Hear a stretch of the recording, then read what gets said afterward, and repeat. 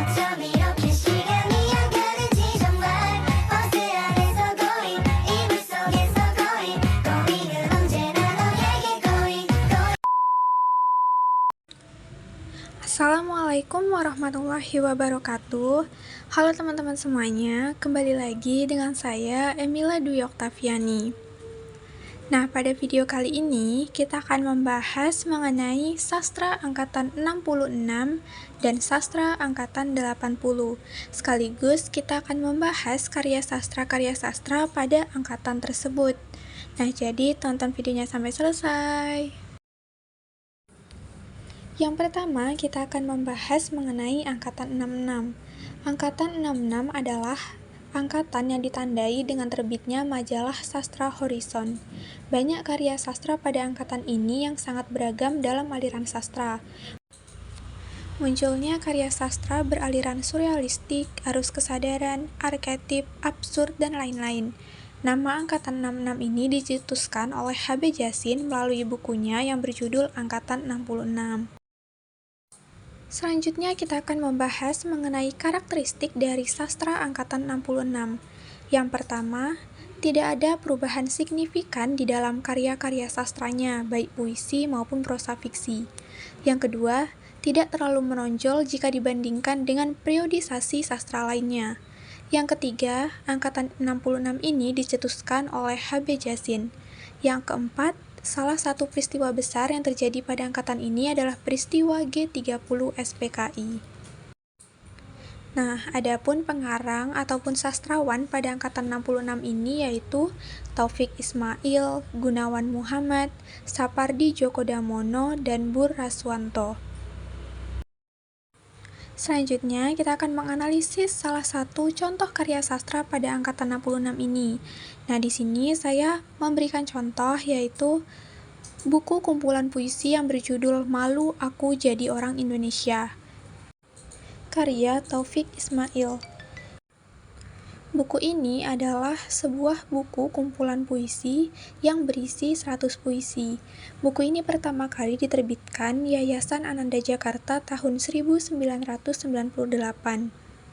Tentunya ada alasan penyair untuk memberi judul Malu Aku Jadi Orang Indonesia pada buku kumpulan puisi ini. Sesuai dengan judul yang dibuat penyair, dalam puisi ini tergambar perasaan merasa malu menjadi manusia Indonesia. Mengapa merasa malu menjadi manusia Indonesia? Sebab dalam puisi ini, si aku merasa kebanggaannya menjadi manusia Indonesia seperti yang dialaminya pada tahun 1956 telah habis terkikis. Ia tidak dapat membanggakan negerinya karena merasa begitu banyak kecurangan, keganjilan, yang telah mendominasi sebagian besar kehidupan bangsa Indonesia. Selanjutnya, kita akan membahas mengenai sastra angkatan 80. Kelahiran sastra angkatan 80-an ini diwarnai dengan aturan-aturan yang ketat dan dipengaruhi oleh kegiatan politik. Sastra angkatan 80-an ini lahir pada saat pemerintahan Soeharto di era Orde Baru, yang dimana pada masa Orde Baru memiliki ciri semua keputusan berpusat pada presiden dan hak suara rakyat sangat dibatasi. Nah, sastra angkatan 80-an ini memiliki peraturan yang memberatkan para sastrawan Indonesia. Sebuah karya yang dianggap berisi provokasi dan mengancam akan segera ditindaklanjuti oleh pemerintah pada saat itu.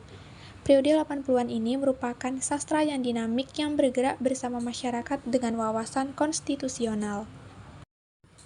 Selanjutnya kita akan membahas mengenai karakteristik dari angkatan 80 ini. Yang pertama, puisi yang dihasilkan bercorak spiritual religius. Yang kedua, sajaknya cenderung mengangkat tema tentang ketuhanan dan mistikisme. Yang ketiga, sastrawan banyak menggunakan konsep improvisasi.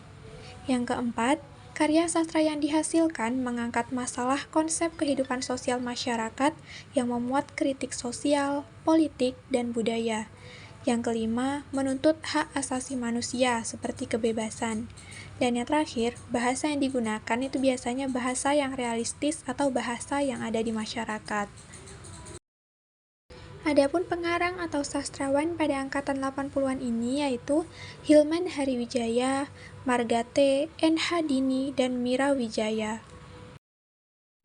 Selanjutnya saya akan memberikan salah satu contoh karya sastra pada angkatan 80-an, yaitu novel Dari Jendela SMP karya Mira Wijaya.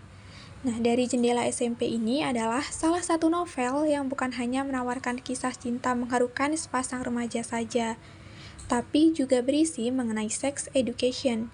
Mira Wijaya menghadirkan tokoh Bu Sunarti yang menjadi guru olahraga di kelas Joko dan Wulan untuk memberikan sex education.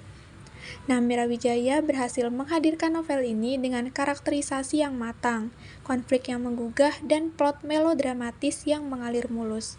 Selain itu, di dalamnya juga bertaburan kelucuan khas remaja yang menggeliti. Nah, jadi teman-teman itu tadi merupakan materi mengenai sastra angkatan 66 dan sastra angkatan 80 beserta contoh karya sastra masing-masing angkatannya. Terima kasih pada teman-teman yang sudah mendengarkan sampai selesai.